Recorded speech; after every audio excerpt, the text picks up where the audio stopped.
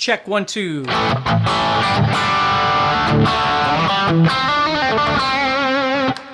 Just gonna check and make sure you all can hear me and see me okay here.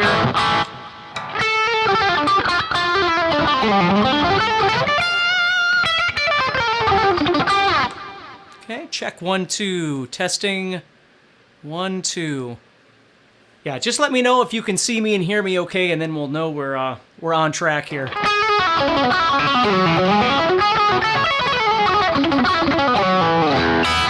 Okay. Thanks, Scotty. Reno, how you doing, bud? Robert's here. I see Doug, Don, Jimmy, Darren. Lots of people here. Good.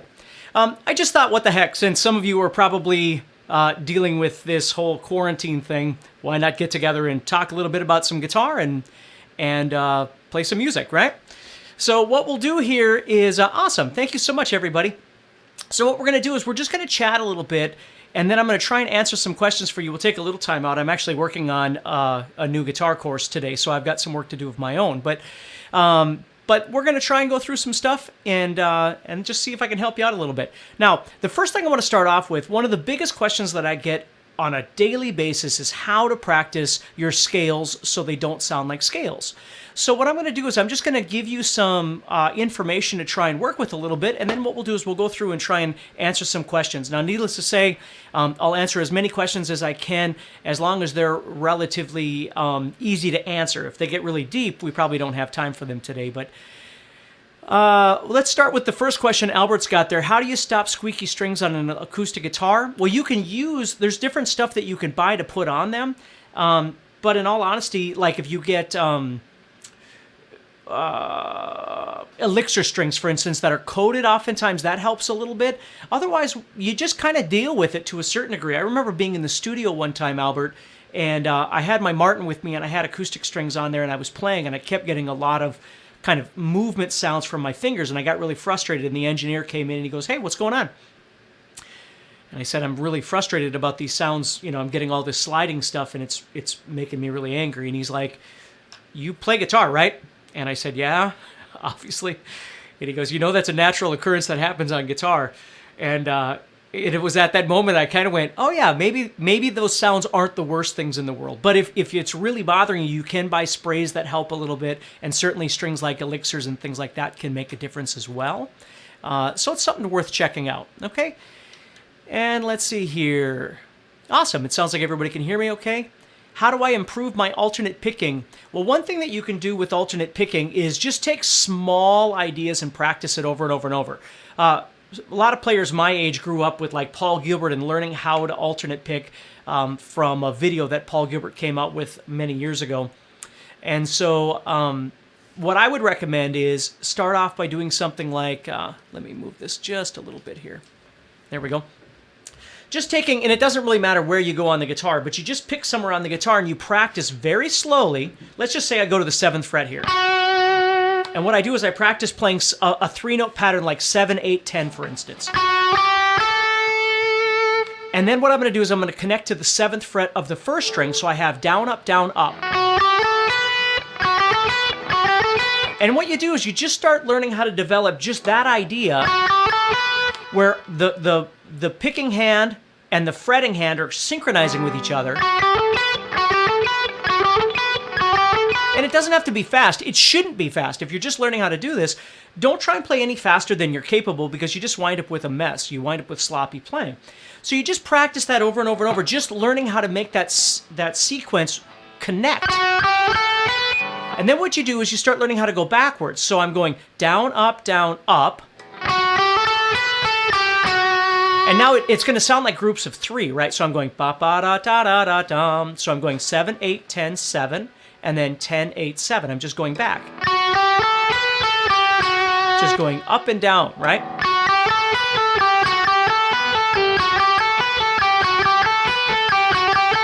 And it's okay to practice along with a metronome with that kind of triplet feel, you know, bop, bop, bop, bop, bop, bop. And again, I'm playing it a little fast just because I have a lot of questions to get to, but you just do it over and over and over.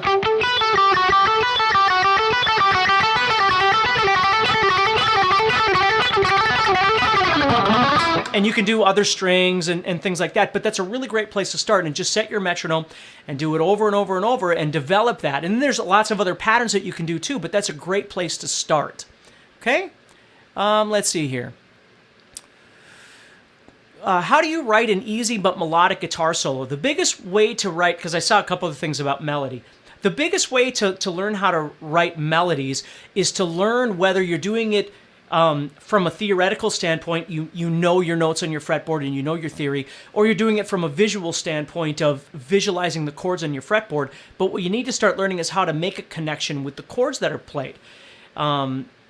And there's a million ways to do this. And again, there's all kinds of study that you can do to really learn how to do this. But let's say, for instance, you want to play over an A chord, right? So you're thinking about like an A major scale or something like that. Now, all those notes are really nice notes, but what you can do is start separating out some of those notes, maybe like the root, the third, and the fifth.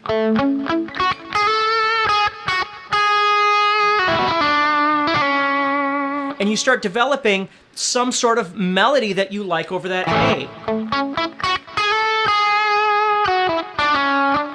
Now, the thing to understand is that, you know, a chord is made up of a certain amount of pitches or tones, right? And then there's other notes that are not necessarily part of that chord, at least in the beginning, that we could call non-chord tones, if we're just looking at a root and a third and a fifth as being the chord, like in this case, A, C sharp, and E. Okay? But those notes will be very predictable and they're going to work really well, but sometimes it's the notes that exist outside that initial triad that sound really nice, that adds some nice color and some tension that can resolve back to the root or the third or the fifth at any time. So it's really nice if you think about it. If I was going from A to D, for instance, so let's say I'm going A and I'm going to head down to D. What I can do is I can think about the notes of each chord or visualize each one of these chords, whatever I'd like to do. And over that A, now think about that. That note that I landed on right now would sound great over that D because it's part of that chord. It's the D.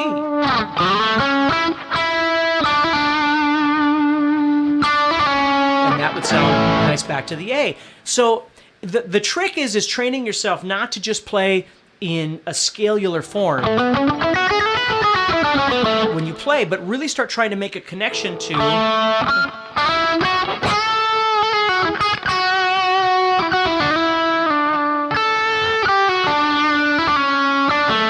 the chords as they're going by you. That makes a really big difference. Okay, let's see here. How can you use guitar triplets to make guitar solos? Well, you'd use them. I mean, for me, it's just a change of rhythm. So I always teach what I call dynamic contrast, which is always trying to do something different to keep it interesting depending on how long your solo is. So if you play loud, play soft. If you play fast, play slow. If you play whatever. And triplets work really well into that. So if you were playing something, you've just got to learn how to feel the triplet feel and then maybe develop a pattern that you want to use, you know, in a certain part of your song, or however you want to play. You don't have to pick them and you don't have to play fast. But just feeling over a 4/4 count, being able to feel your triplet and not base your entire solo off of those triplets, but maybe a section of your solo. Let's see, how to increase my speed. Again, I would go back to what I said earlier. And again, you guys can all watch this again later, but certainly developing this idea of being able to pick, whoops, sorry. There we go.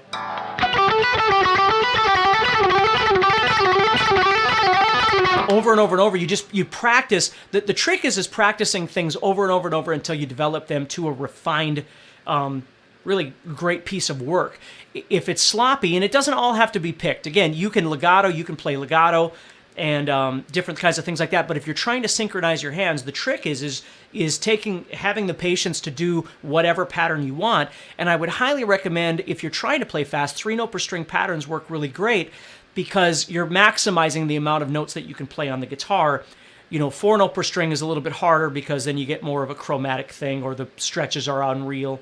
But 2-note per string, like pentatonic, it's hard to get those really fast, where 3-note per string patterns, and this is just my opinion. I mean, you know, if you've come up with something that works for you, that's wonderful. But you develop picking, little exercises, picking exercises, to develop synchronization with your hands. And then the other thing that I love to have people do is just practice a lot of legato exercises.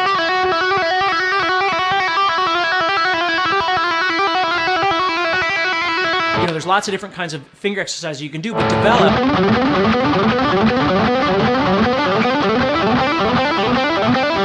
develop strength in your hands to be able to play that sort of thing. So synchronization of your hands and certainly strength of your fretting hand is really, really important. Okay? Let's see here. How do we make the other strings mute when we're playing on any specific string? That's a great question. Okay? So let's say, for instance, I got my setup a little differently than normal. So let's say I'm just playing pentatonic, okay? You can do this with anything, but let's just say I'm playing pentatonic. So as I roll through the strings, when I wind up on this string, all the other strings need to be quiet. Or if I'm on the 4th string, all the other strings need to be quiet. Or if I'm on the 2nd string. So what happens is, basically, if you think about it, when you're on the 6th string, you can use this hand, whether it's a certain finger. Usually for me, it's my 1st finger, but sometimes it'll switch. But when I'm on the 6th string, this hand is going to be deadening out all the other strings as I play. So even now, I'm touching those strings to deaden them. When I'm on the 1st string, now this hand has to come in and deaden out all those strings above it, right?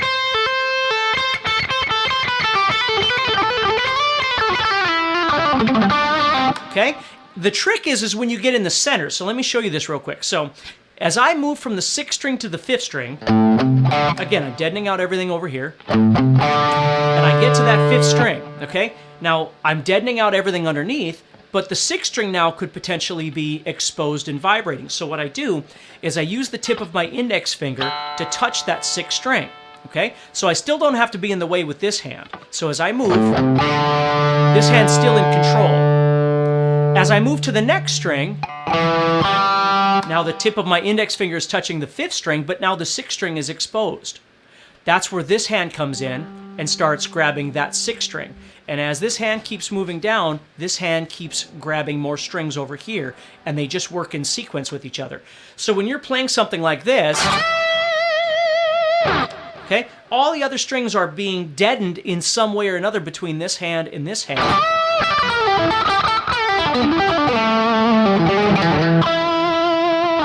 So you're always in control as you're playing when you're playing single notes. And I've always told students, if you think about it as like a piece of paper, what makes great sounding playing, and I'm not talking about a style or a speed or a technique, I'm just talking about when you play, is having control of your bending, having control of your vibrato, having control of a lick that you're playing, or in this case, having control of the strings. So if you're looking at a piece of paper, you're looking at the words that are written on there. Those are the obvious things when we're learning how to play guitar. It's what's in between those lines on the piece of paper. That's where really the magic happens, is for us to get used to being able to control, whether it's with palm muting or whatever it is that we like to do, but keeping that all quiet and organized and comfortable and in control, obviously. So when we play, all the audience is hearing is what we're allowing them to hear, because we're in control of everything else. Okay? Let's see here. How to practice if I don't have much time to do it? Well, okay, that's a good question.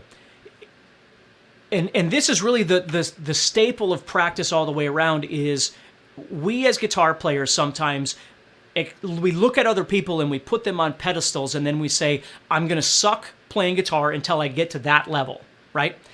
But oftentimes we forget that a lot of you may not have started playing when you were 9 years old, right? I started playing when I was 13, and I played all the time. And I've been blessed to be able to play guitar for a living, so it's what I do for a living each day. Everybody doesn't get that opportunity. A lot of people might hold 2 or 3 or 4 different jobs. They've got families, all these different things, and you might wind up only having 15 or 20 minutes a day to practice. The most important thing, and I know this is going to sound silly to some of you, but you've got to be real and honest with yourself and not keep trying to achieve other people's pedestals, if you will, right? Their goals. The goal for you is to figure out what's going to work best in your world. And maybe with 15 minutes a day, I mean, let's be honest, if you were practicing 15 minutes a day, you're probably not going to become the world's fastest guitar player out there, but you don't need to be the world's fastest guitar player anyway, right?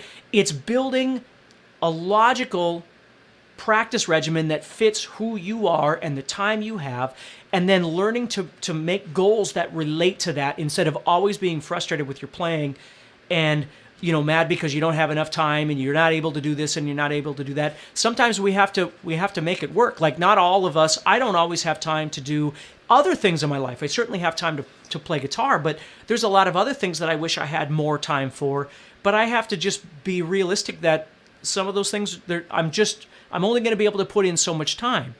And I'm not saying that as a downer. I'm saying that is to be honest, so you can find some happiness in the amount of time that you have to practice and that sort of thing. So really learning how to balance, realistically balancing the amount of time you have with what your goals are, and maybe even, switching what your goals really are by being real with what it is that you're trying to do. Okay? Let's see here. How do you get rid of that clicking sound when you pick? Well, you could use different types of picks, maybe. See, I like the attack of a pick. I like that sound. I grew up with that kind of thing, so I like it. And of course, you're hearing a little bit through the mic too, but I like the sound of that attack. If you don't like it, of course, you can pick less and do more legato things.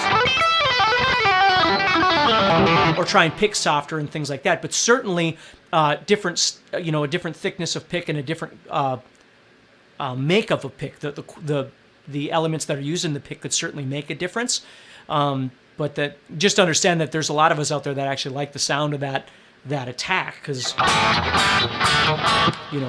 for me, I love the sound. And then not having that sound for other things.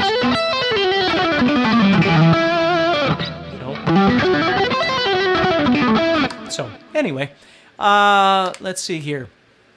Who was my inspiration for playing guitar? Well, there's a lot of them, but the first, absolutely, without a doubt, most inspirational person was definitely Ace Frehley from Kiss. When I was a kid, before I started playing guitar, I was introduced to Kiss, and I can very much remember the first time I saw a Kiss album and went, this is the coolest thing I've ever seen in my life. Of course, I'm 49 years old, so this was back in the 70s. And being a kid, I was probably 8 years old or something like that, 8 or 9 years old when I first... I was probably 7 or 8. And that was it. I wanted to be Ace Frehley. I wanted to do what Kiss did. And then, of course, once I started playing, there was a million other things, too. I mean, I listened to a lot of music. My parents introduced me to a lot of music. Even as a kid, we used to listen to a lot of records as a family, from old school country to doo-wop music to the Beatles to Led Zeppelin to the Stones to Alice Cooper, all that kind of stuff, Nazareth. I was introduced to all kinds of different things. And so Kiss was kind of came out of left field because my parents didn't listen to them. And that was it for me. And it just went from there, of course. Let's see here. Whoop. I just got a bunch of stuff and now I'm lost. Oh my goodness, there's a lot of questions here, sorry. Oh, yeah, I don't even know where to begin. There's just so many questions. I'll just kind of grab as I can here.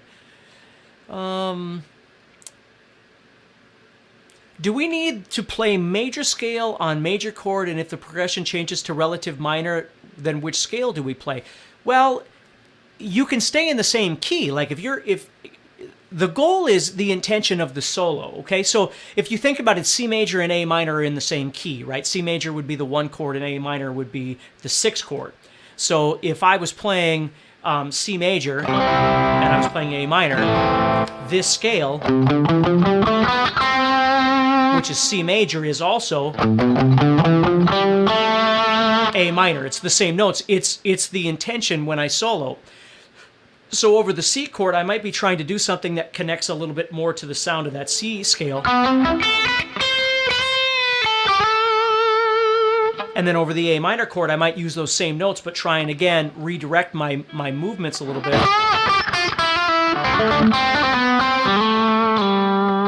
to something a little bit more following that A minor. Or, this is something that works really well too, is I might stay in C major, A minor, change nothing, but over the A minor, give it a little bit more of a bluesy sound.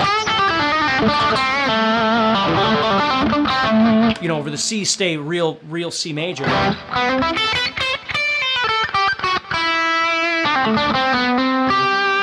over the A minor, let's throw something like that in there. That would sound kind of cool too. So there's lots of ways you can do it, but you don't have to change keys if you understand your scale and the chords that are derived from that scale.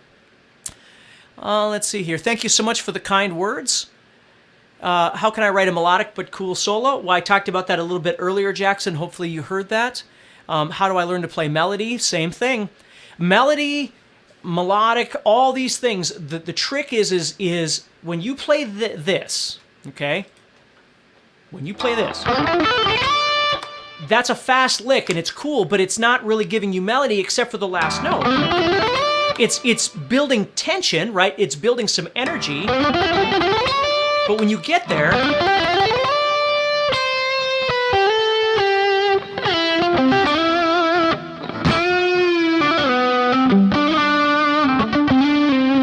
now understand that over nothing, I'm creating stuff that could be melodic, but what I really need is a progression over that to try and make function, right? Over different chords. I don't really have anything sitting here right now. But that would be the trick, is if it's going from a C to an A minor to an F to a G or whatever it might be, I want to try and think about those as they're coming up. So a C, A minor,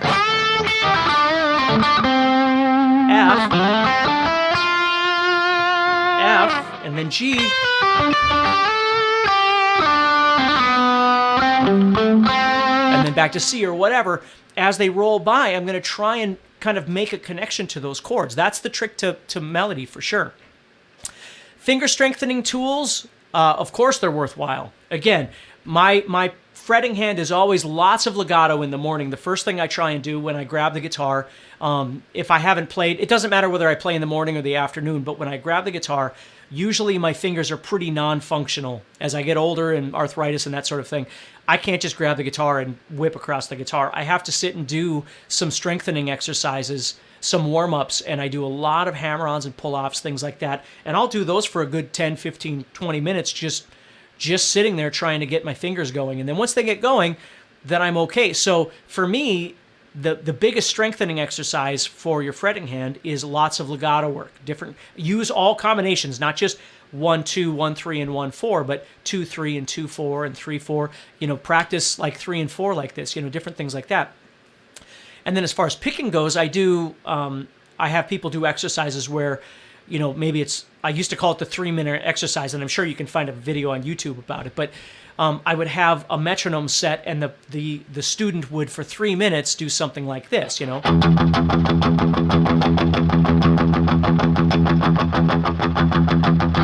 And really, honestly, for the first 30 seconds or so, it's not a big deal, but once you get about a minute into it, or a minute and a half into it, you really start feeling it.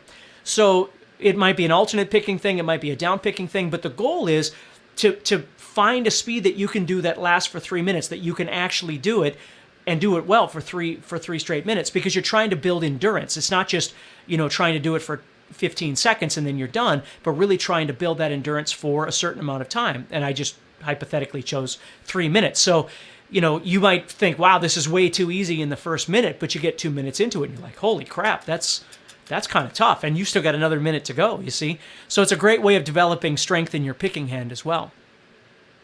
Okay. I keep having problems with intonation on the G string. I have to move the saddle all the way back, and it's still not 100%. Mike, what I would do is I would strongly recommend that you bring it into a worthwhile luthier if you've got anybody that lives in town, or near you and have them take a look at the guitar, have them take a look at the saddle, have them take a look. Obviously, it could be the string. There's a lot of things that it could be. Sometimes if you go to a little bit thicker gauge guitar set, a lot of those issues will kind of go away with a thicker set. I'm not telling you should play thicker strings. I'm just saying these are options that you might have to try and fix that a little bit. But you've got to realize, the first thing is to identify the problem. Is the problem the string? Is the problem the neck? Is it the saddle? Is it the fretboard? Is it maybe a fret that's, whatever it might be? And for me, I always just bring it into, I've got some really great techs that I bring my stuff to, and they fix all of those things. So, but I have noticed I play pretty light strings, and so I've noticed that, if you go to a little bit thicker, a lot of those problems will alleviate themselves, where for me, I just have to be a little careful with the way I play because I like thinner strings. So, great to see a live show. Yeah, I agree with that. And right now, all my friends are struggling because there's no live shows going on right now in a lot of areas. So we just got to stay positive, keep practicing. Let's see here. Is Dorian mode scale position 2 and Phrygian scale position 3? Well, you could look at it that way, Barry. I don't try and look at... Again, this is not wrong, Barry. What you're saying is not wrong. It's all dependent on your intention, like we were talking about before. I don't look at the second position or third position or seventh position as being something. I look at all the positions as a way of moving across the fretboard. That's how I see positions. So if I was, for instance, in... let's say I was in G major.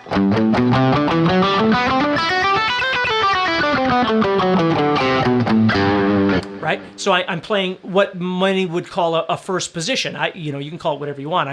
I'm playing from G, playing a 3-note per string pattern. But if I start, taking my root, third, fifth, and let's say my major 7.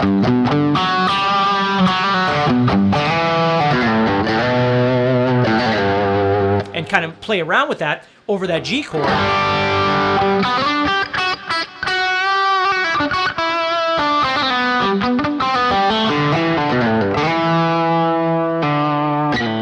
Right? But I could do the exact same thing over an A minor chord, which would be the Dorian that you're talking about, the 2 chord, but I wouldn't have to move up to A to do it. I could stay here.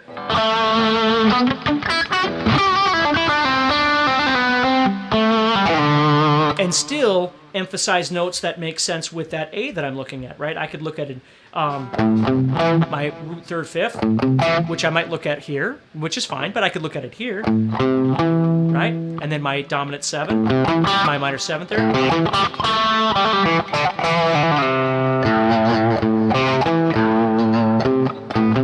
You see what I'm saying? So as the song is playing, I don't have to think of like, well, it goes to the A chord, so I need to shift up or whatever, or the song is in A Dorian. I still wouldn't have to obligate myself to start on the 5th fret of the 6th string and call that Dorian. For me, what I do is I build out the G major connections, the positions, if you will, and then all of those are for everything in the G major scale. A Dorian, B Phrygian, C Lydian, D Mixolydian. Let me show you an example. So let's say I was in G major, right? I've got this little jam track that I had ready to go here. Just a static G sound. So I'm playing in G. Watch this.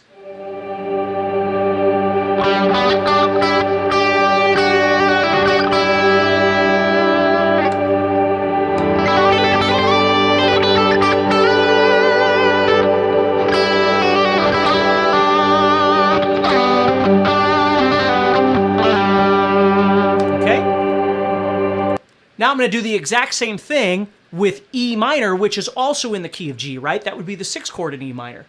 So I'm going to do the same thing, but my phrasing might change a little bit because I'm trying to direct myself toward the E minor.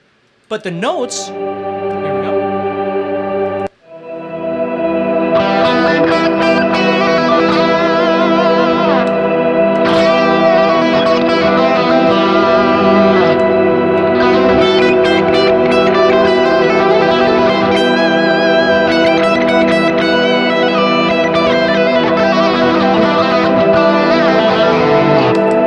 So it really isn't about one position or another position. It's about seeing the whole thing and then deciding where I want to go across my fretboard. Okay? Let's see here. Does it make sense to use thicker strings for lower tuning? I think it's a personal preference, but if you're going to tune lower, the nice thing about a thicker string is a thicker string resists bending, right? So if you're trying to play faster, or you're trying to dig into the string or anything like that, that often happens with lower tunings. Not all the time, but certainly does.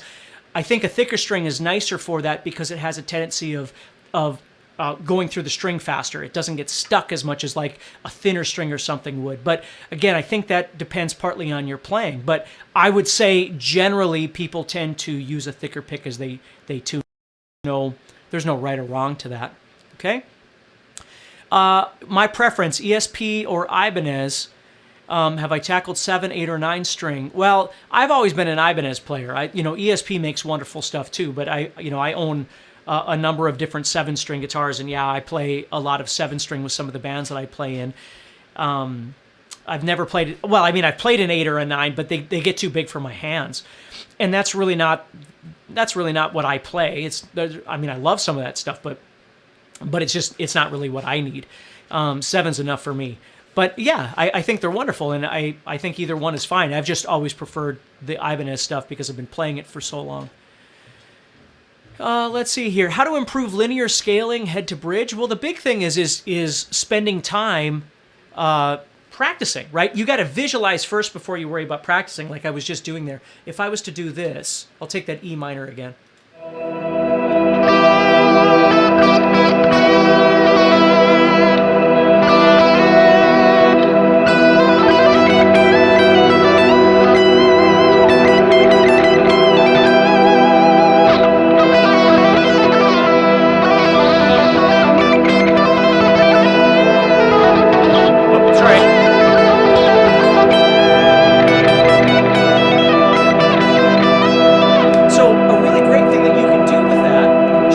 There is visualize whatever key you're working on. Again, don't allow your backing tracks and things like that to throw you off. Like if you're trying to build out, what I always recommend to people is if you're trying to build out your fretboard, and this goes for quite a few questions that I've already had so far, don't let the lesson or the jam track or whatever it is that you have dictate the key and have you all over the place. Like a really nice thing to do is to spend some quality time in the key of G or the key of A or the key of D or the key of C or whatever key it is that you want to work in. Whatever you see as most relevant to your playing, your career, whatever it is, and learn to maximize the situation. If you're in G, you're also in E minor, right? I mean, in theory. Now, there's a lot of things that make it different, but I mean, you really are. If you're in G major, you're in A Dorian and B Phrygian and C Lydian and D mixed Lydian and so on.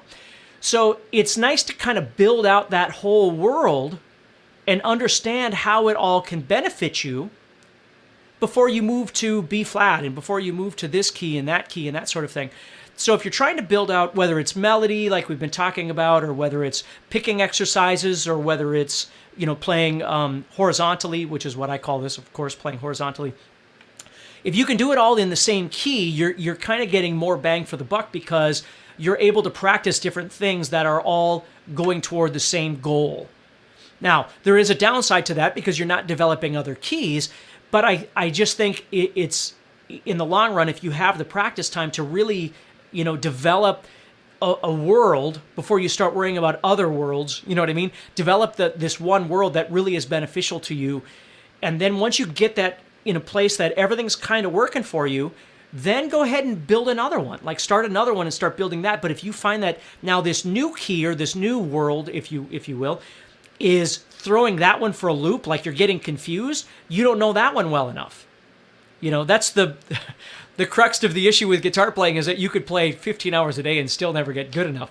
But I think that's where, again, having the proper goals in mind makes a big difference because if you think about being a teacher and you think about being a songwriter, you think about being a performer and all these other things that you can do with the guitar, they're not all necessarily related, certainly not on a lower level, right? So you have to start figuring out like maybe some of you play in a cover band, right? So your job whether you like it, don't like it, want change, whatever, that's all up to you. But I'm just saying, at the moment, your job is to learn how to play X amount of songs as well as you can to perform with other people and do the solos and the rhythms and all that stuff and play along with your band and be entertaining to an audience.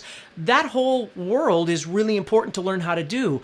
And if you're spending all of your time studying modes or, parallel theory or whatever it might be, and you're not focusing on trying to get better at what you're getting paid to do, I'm not saying it's good or bad. I'm just saying it's something to think about, right? So what we do is we have to look at what we're trying to achieve and then what world we're trying to achieve it in and then develop that. Now, there's no doubt that getting better at playing modes and technique and all that stuff can benefit your cover band or your original band or your songwriting or God knows whatever it is that you're doing. But if you think about it logically, you don't spend all your time lost. You keep trying to build this sort of holistic idea of this whole bigger picture helps me more. Like if I thought about a cover band that I've been in before and what key I tended to play in a lot, that would better dictate what I should be working on in my fretboard because it's benefiting me both directions, if that makes sense. Okay? Let's see here. How important is the first, third, and fifth A chord D? They have it to be played in certain order. Well, Brian, we already talked about that to a certain degree, but there is no certain order. It's just understanding that when you play an A chord, for instance, consists of certain pitches, right? So when you go to solo over the top of that, emphasizing those pitches or not emphasizing those pitches are going to have an impact.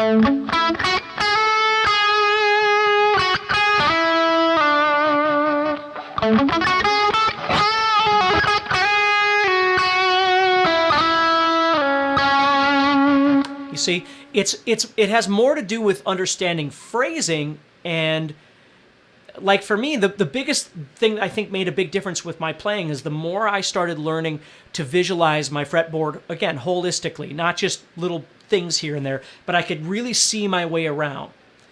And then being able to connect with the chords as they're being played. Like for many years, I really had no idea. I was just moving around aimlessly. And when I finally started kind of making a connection to what the music was supposed to be doing, now it depends. If I'm playing in a metal band, I'm oftentimes, not always, but I'm oftentimes making less of a chordal connection, and it's got more to do with speed and energy and all that kind of stuff, right? But if I'm playing over Journey stuff or Toto stuff or whatever it might be, I need to make more of a connection than I am if I'm playing over Slayer, right? So it all depends on the situation you find yourself in. But, making the connection, Brian, I think is the most important thing, okay? Is anchoring a bad habit? Well, it depends. Anchoring is, I do a lot of anchoring. Anchoring, if you mean with the pinky, oftentimes this is what anchoring is if you don't know. Anchoring is when you play with your pinky on the guitar or third finger or something as you play. And it's the way I play. So it's not bad for me. It might be bad for somebody else, but I think, again, different strokes for different folks. You got to figure out what works best for you. You always have to figure out what works best for you. The more you can avoid the competition game and so-and-so and whatever, and I don't feel good about the more you can find a way that works for you. I don't think Tom Petty woke up every day when he was alive and went, man, I wish I was Eddie Van Halen. I just think we all got to figure out what works best for us, right? So, and I love both of them equally. It doesn't matter. Obviously one is much better at these things and another one's much better at these things. So it's not a competition. It's not a comparison. It's just enjoying music and figuring out where you live in the context of all that stuff. Let's see here. So I answered that question. I'm going to keep going here. How to practice licks with a metronome? Well, you have to understand what your lick is trying to do rhythmically over that metronome to make a connection to the metronome, right? So if you're trying to play something where you're going, you got to figure out where the downbeat is, right? And the easiest way to do this is tap your foot. Like if you can tap your foot to the lick that you're trying to play, build your metronome like that. But there's got to be, if you're doing a lick, and you're practicing it over and over and over, that's repetitive, right? So the trick is figuring out where's the downbeat relative to that lick, Is the lick in 3? Is the lick in 4? Or maybe it doesn't matter. Maybe you're playing a lick that's grouped in 3, but you're doing it over a 4 count, right? And that has to do with understanding rhythm. So you've got to spend time understanding how the lick is relating to the rhythm that you're playing over. Okay? Okay, and Vikram, I think that's your name. I've already answered that question, so hopefully that helped you. And I've got a whole lot of stuff here, so you may have already said that, but just letting you know. Perfect. Okay, so we're just going to keep going a little bit here. Oh, so Michael got an HK2 Meister 18. That's awesome. Learning Trinity music, staff notations, Trinity music. Can you make a video on learning Trinity music? I'm not sure what that is. Hey, Lance. Does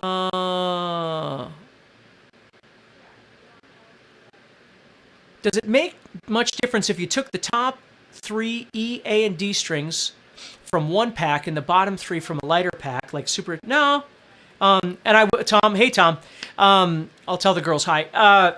No, it doesn't. You just, your truss rod might need to be adjusted a little bit is the only thing. The only thing about that is the more you customize your packs, like if you ever wind up being a player that goes on the road, it's hard. You can't just go to the store and buy a pack of whatever it is you're trying to do.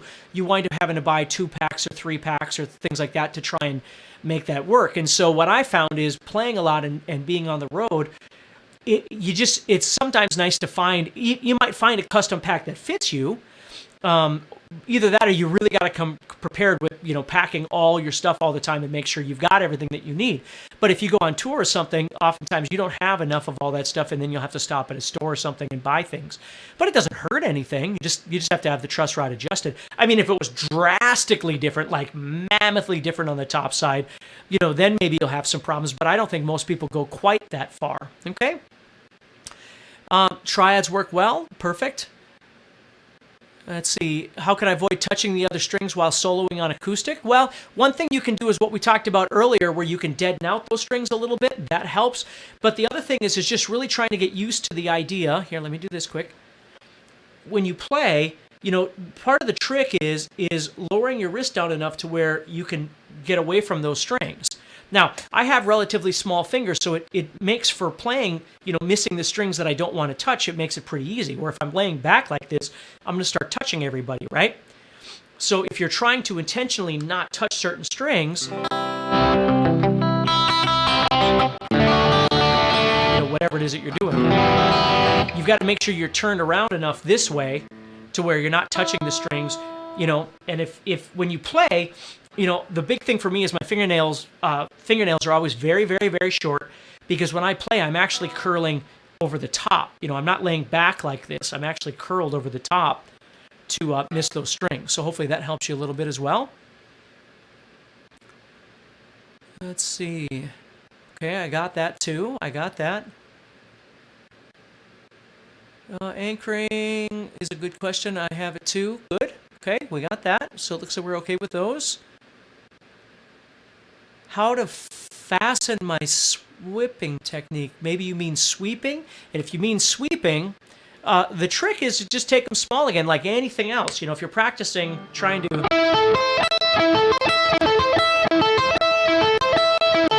You try and learn how to push the pick through. Like the trick to sweeping and like these old kind of Kirk Hammett kind of licks like that is that the pick doesn't stop in the center. I always call that like clucking like a chicken, where you pick it up and set it back down. The goal with sweeping is you've got to push through to the next string. And it doesn't have to be fast. You just learn how to push through to the next string.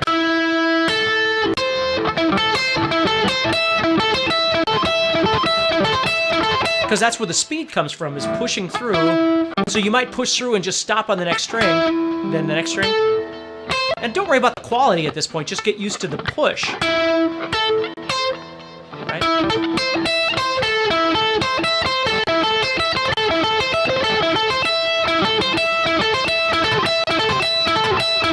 That's how you start learning how to do sweeping like that. Let's see here. We had that. We had those questions.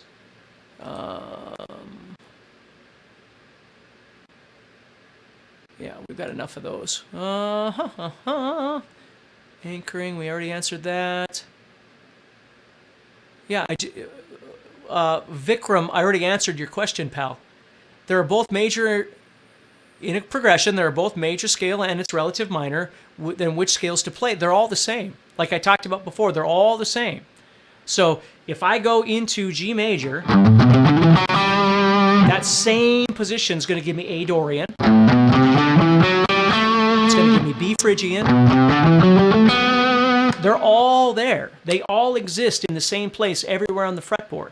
So as the chords are being played, I'm responding to those chords regardless of the key, right? If I'm in G major or A Dorian or B Phrygian or whatever, my fretboard doesn't change. I see the fretboard exactly the same way. I just respond to the chords differently. And how do I respond to the chords differently? By thinking about the triads, right? The root, the third, the fifth, maybe some of the other notes that are being played. But again, music isn't just about root, third, and fifth. It's about phrasing.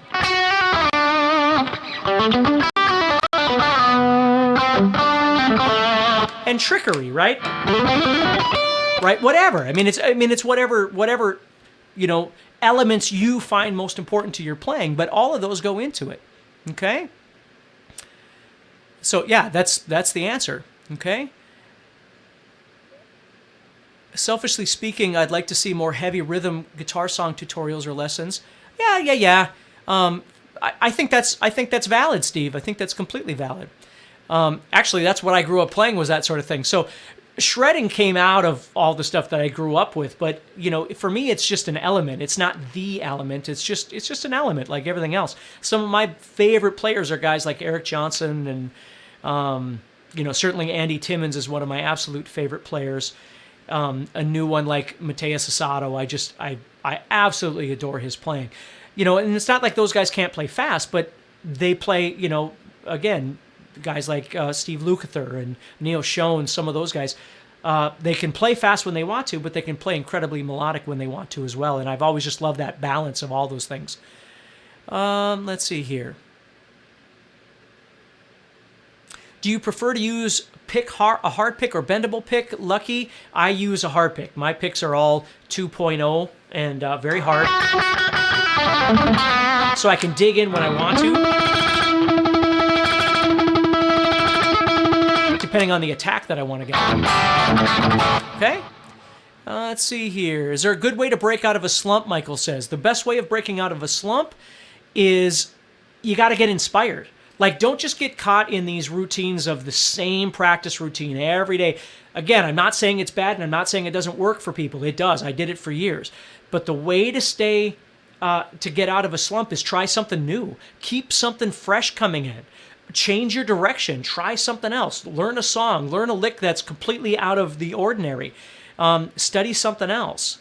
Get in a band, or go see maybe not see a concert now, but you got to stay motivated. You got to stay excited, and it can't just be numbers on a metronome and the same routine every single day for 50 years. There's got to be other stuff in there. So stay motivated, break things up, and don't just what you used to think was the most important thing on the planet with your guitar playing, you may not think is the most important thing now. And be aware of that and be okay with that. It's all right. Tommy Emmanuel was just in Fargo here where I live. And he motivates me all the time. I don't play anything like Tommy Emmanuel, if you know who he is, but I love his playing. I just love to listen to him play. I don't play anything like him. I don't study any of his stuff because I got enough stuff of my own to work on, but just listening to him is very, very motivating for me. So, let's see here. The sound of your switch is loud. Well, yeah, the sound of, this. Well, that's because I got a shotgun mic sitting here that's louder than... The guitar volume that you're hearing has nothing to do with what's in the room right now. I can barely hear myself. It's all being fed to you directly. Okay? But you're going to hear all this stuff because I don't have my amp is on, but my amp isn't very loud. So, yeah. Anyway. Let's see here.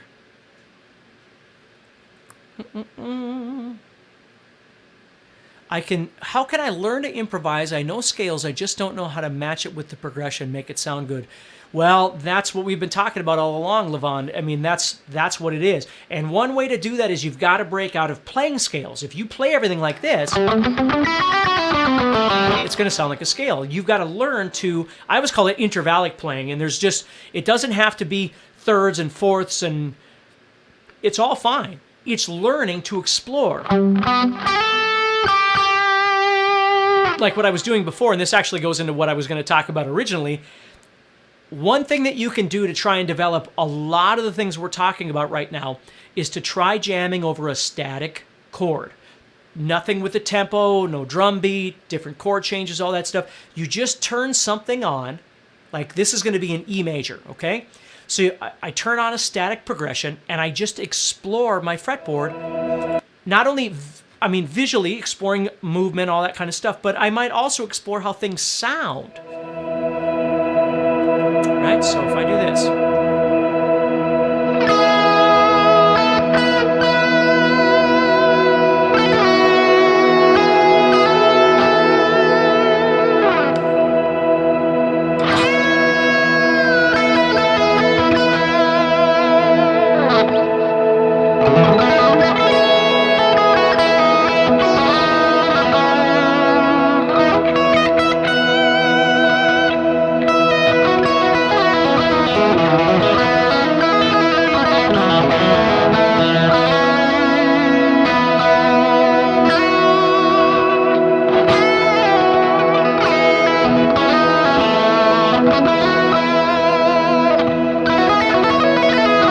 Maybe I try and write something.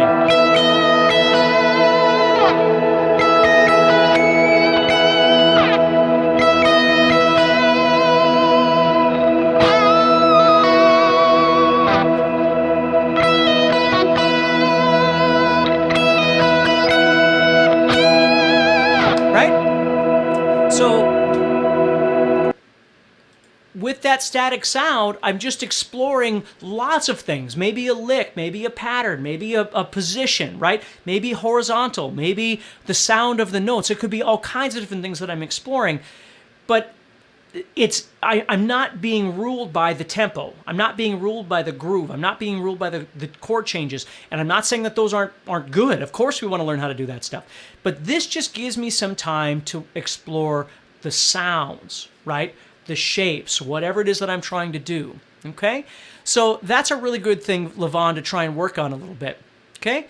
Pinch artificial harmonics. How do you learn this technique? Well, Cletus, the easiest way is if you've got some distortion. Obviously, distortion helps a little bit, but basically, what I try and teach people is it really has everything to do with the pick. It really has very little to do with this hand.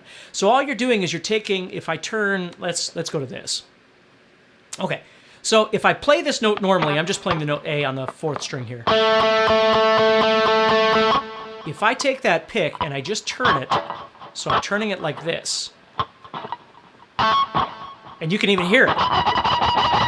You can hear the pinch harmonic right there. You can hear that harmonic. It's just waiting to come out. So what I'm doing is I'm just turning the pick, and the last thing that's touching the string is the flesh of my thumb. You see, when I'm sitting this way, the pick touches the string, and I get the sound of the pick. When I turn just a little bit, I don't have to turn all the way up. I just turn a little bit so the thumb is touching. Now, as I push the pick through, the thumb's going to be the last thing to touch it. You can hear the pinch, the harmonic. So I'm not picking hard. I'm just turning the pick. And also notice as I move around, I get different sounds. So there might be a particular harmonic for you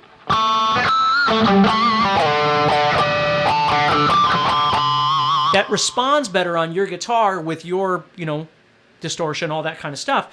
And you become aware of what it is. Usually it's kind of in the center. Like if you think about if you had 3 pickups, it's kind of where the center position pickup is.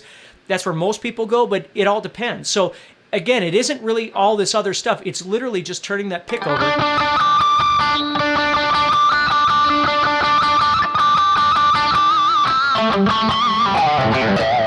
You see that? So I just turn the pick whenever I want that sound, and I'm good to go. Okay. Steve, what do you think about the Evertune system? I think it's super cool. I don't have a guitar with the Evertune system on it, but I wouldn't be opposed to getting one for sure. Okay. What kind of backing tracks am I using? I am using, you know what? I'm not even sure where I bought these from, but what I did was I looked up static chords, static chord loops, and then I looked up something to do with worship loops. I don't remember what it was called. Let me see if I can find a word here that would help you. No, pads. Maybe they were pads. Maybe worship pad loops or something. Because what I was looking for was just something that lasted a long time that was just kind of big sound. That's all I was looking for. And so I did a bunch of research last week and found a bunch of these. I try and stockpile these kind of static sounds because I love to just solo over this stuff. Okay? Can I add a non-scale note in a lick? Of course you can. For sure. You know, if you're playing and you do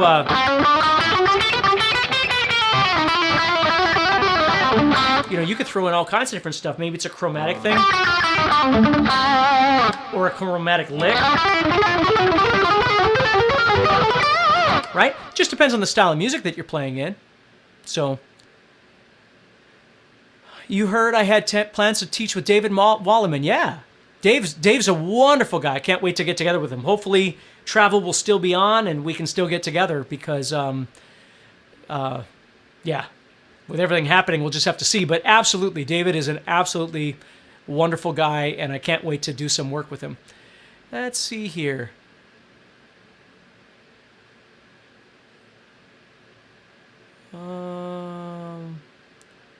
Are you doing online private lessons? I'm not. I do a couple of online lessons. I don't have any availability right now, but I do them every once in a while.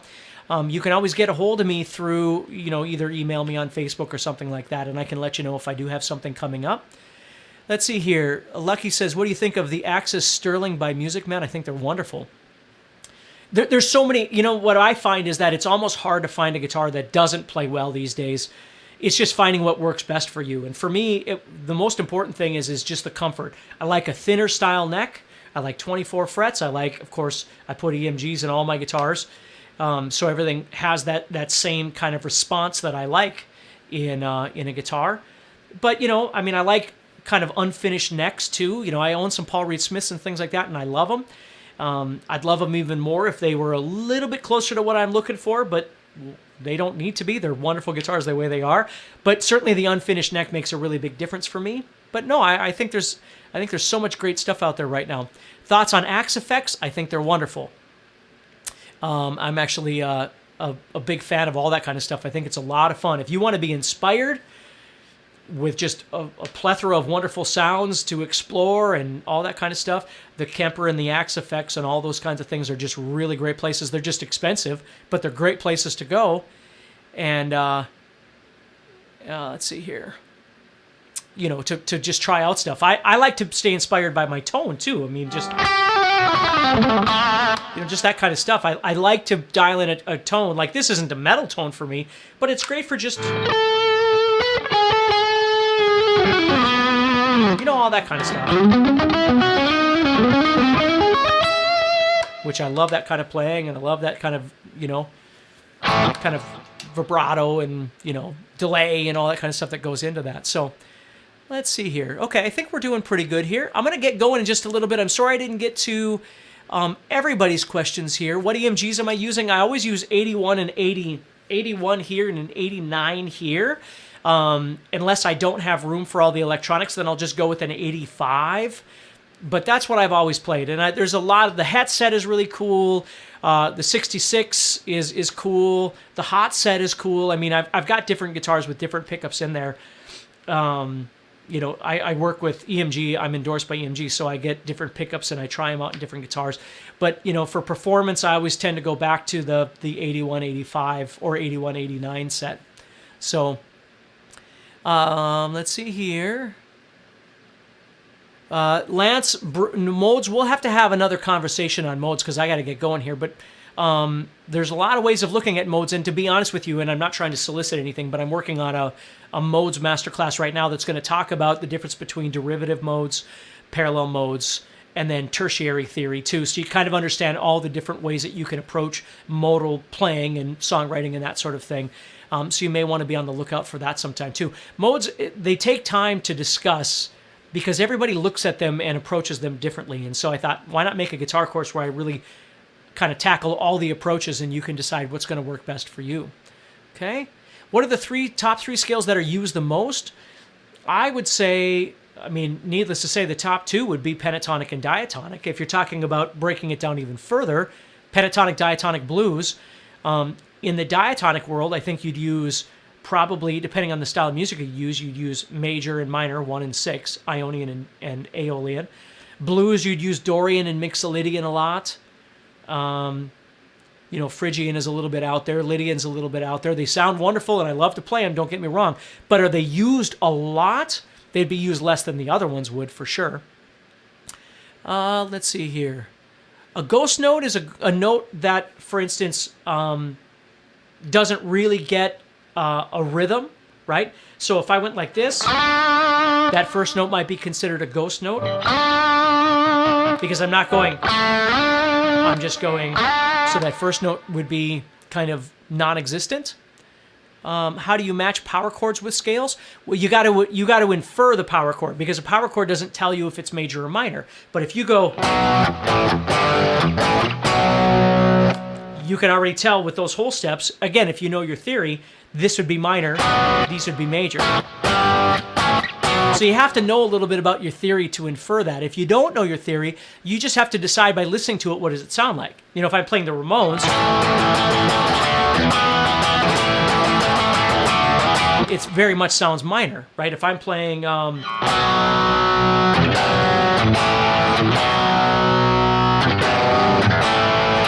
Mother, right? It sounds more minor. It doesn't sound happy.